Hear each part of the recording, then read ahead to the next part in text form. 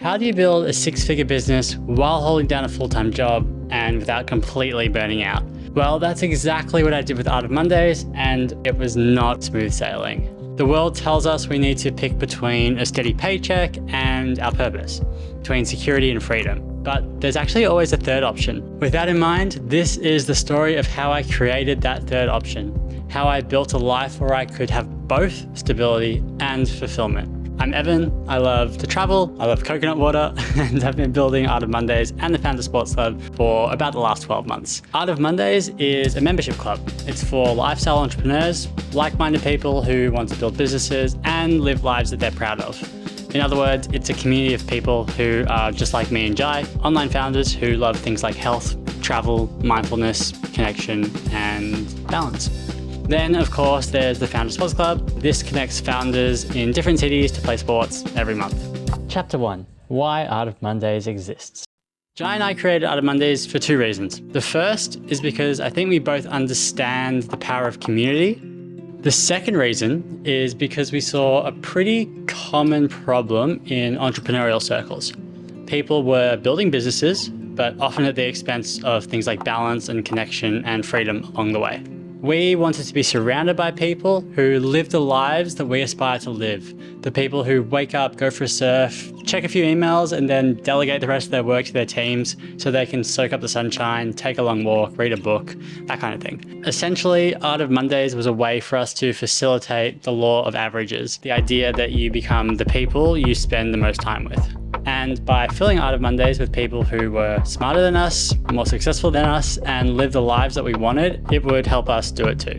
Chapter 2, How I Balanced Full-Time Work and a Big Dream. For the first 8 months of building Art of Mondays, I was working full-time at a marketing agency called Megaphone. I'd been working there for almost 4 years and played a pretty big part in the company's vision and their brand. It was a pretty awesome job. I got to use skills I loved, like video production, copywriting, automation, photography, marketing psychology, and I worked with a team that were amazingly talented and genuinely kind people. That's what made the decision to scale back so difficult. I wasn't leaving a bad job. I was leaving a great one for something that may or may not work out. So with that in mind, here's how I made it work.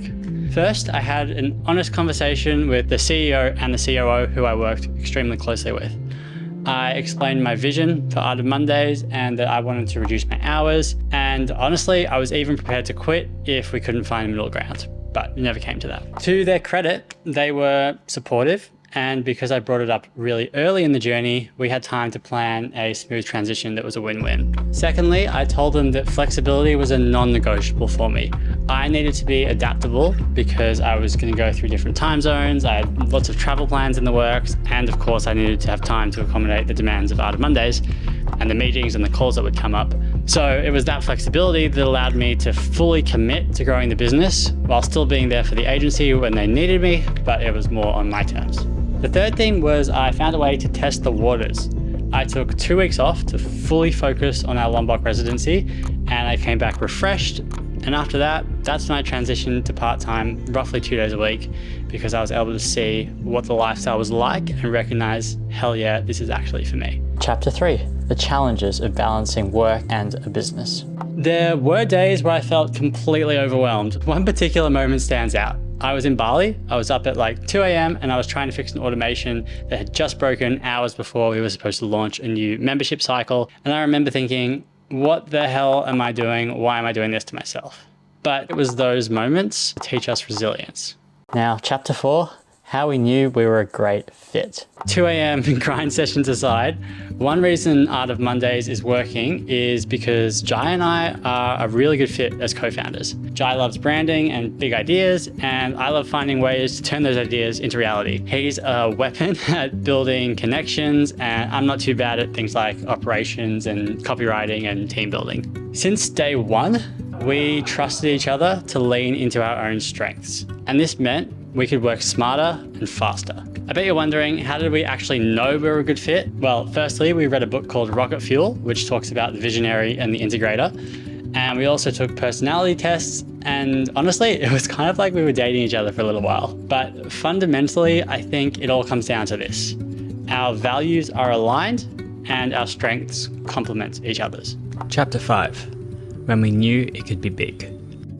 While I was continuing to work full-time, I'd get up at 5 a.m, hit the gym, work on Art of Mondays for a bit, then go to work, then come home and do another couple of hours on Art of Mondays, then have some dinner and go to bed, and then repeat the next day. Weekends were pretty much all of Art of Mondays as well. It was not a sustainable routine. But that was kind of the point. Do this, make it work, and then there will be an obvious demand, an obvious point in time where a transition is needed. There were 2 moments when we knew Art of Mondays was more than just a side hustle. The first was during our founder residency in Mallorca. The second moment was when we hit our first 6-figure milestone, and it wasn't just about the money, it was proof, and that's when we knew, okay, we just have to keep doing more of the same. Chapter 6, Vulnerability in Building Art of Mondays. Since then, there have been 2 themes that I think really helped us with the early growth. The first is vulnerability. For me, that meant being honest about my struggles with things like scarcity mindset,